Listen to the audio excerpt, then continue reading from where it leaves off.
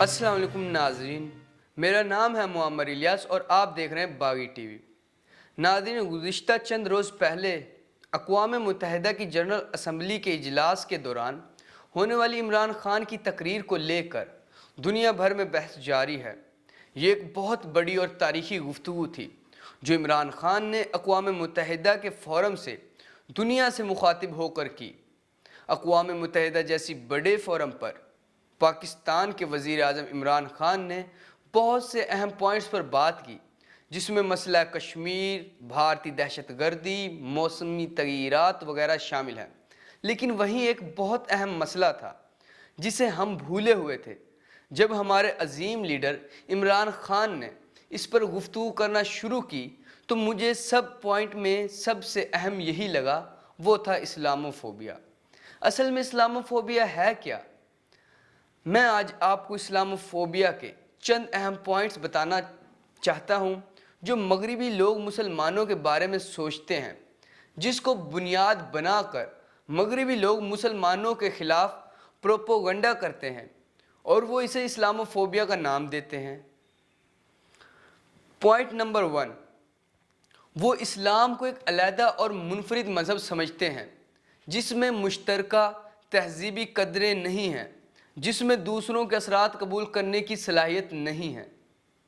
Point number 2، وہ سمجھتے ہیں کہ اسلام تہذیبوں کے تصادم کے نظریے پر عمل پیرا ہے جو پرتشدد، جارحانہ اور دہشت گردی کو شہ دیتا ہے۔ نمبر 3، اسلام کو مغرب کے مقابلے میں کمتر تصور کرتے ہیں، اسے غیر عقلی اور جاہلانہ اور شہوت زدہ سمجھتے ہیں۔ پوائنٹ نمبر 4، اسلام کو ایک سیاسی نظریہ تصور کرتے ہیں جو سیاسی یا فوجی فوائد کے لیے استعمال کیا جاتا ہے۔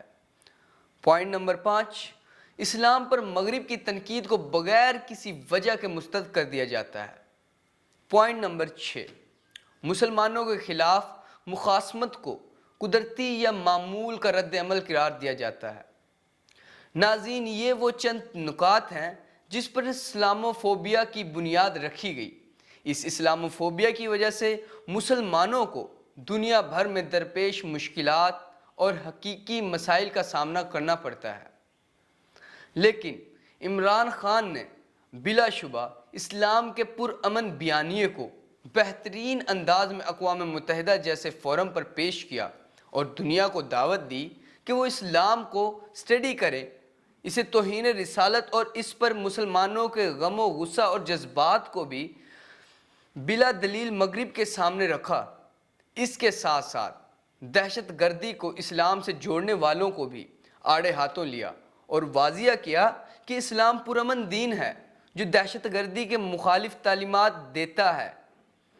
آزادی اظہار رائے کو بنیاد بنا کر شاعر اسلامی کو ہدف بنانے پر بھی زبردست انداز میں دفاع کیا، اور اس کے ساتھ ساتھ ہمارے عظیم لیڈر نے اقوام متحدہ کے سٹیج پر کھڑے ہو کر لا الہ الا اللہ کا نعرہ بلند کیا، جو پوری دنیا کے مسلمانوں کے لیے بڑے فخر کی بات ہے۔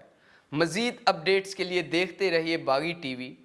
Stay tuned to Baaghi TV for more information. For the time being, اللہ حافظ۔